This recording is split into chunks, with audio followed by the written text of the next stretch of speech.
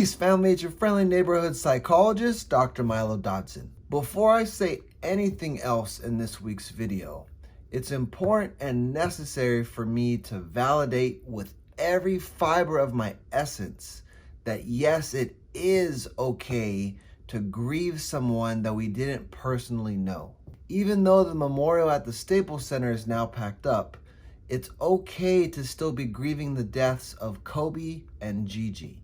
I never had a personal relationship with Kobe, but he still felt like family, like an older brother whose hustle I admired for over 2 decades. I felt like I kind of grew up with him.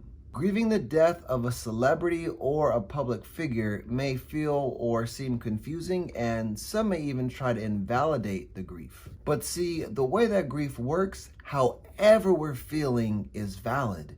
There's not just one way to grieve.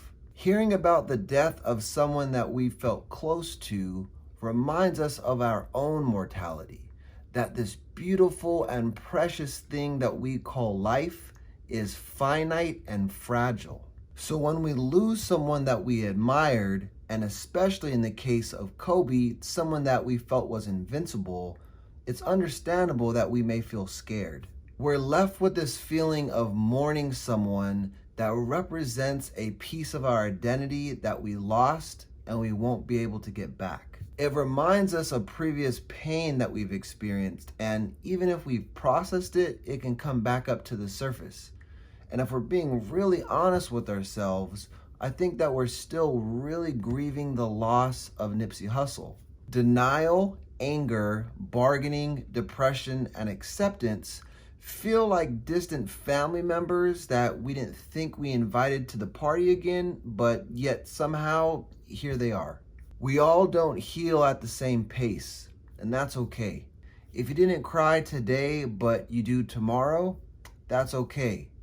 And if you need to take a break from the news and social media, that's also okay. It doesn't mean that you loved Kobe any less, and it doesn't mean that someone who's consuming social media nonstop loves him anymore. When it comes to mental health, Mamba Mentality means that we unequivocally commit to compassionate patience for ourselves. While we may want to avoid the pain of grief and loss, the way of healing and love is still a possible way of living based on the intentional choices we make to support ourselves and others. So as we continue to heal, as we continue to cope with this unexplainable tragedy and tragic loss, my hope for all of us is that we remember to love and be loved.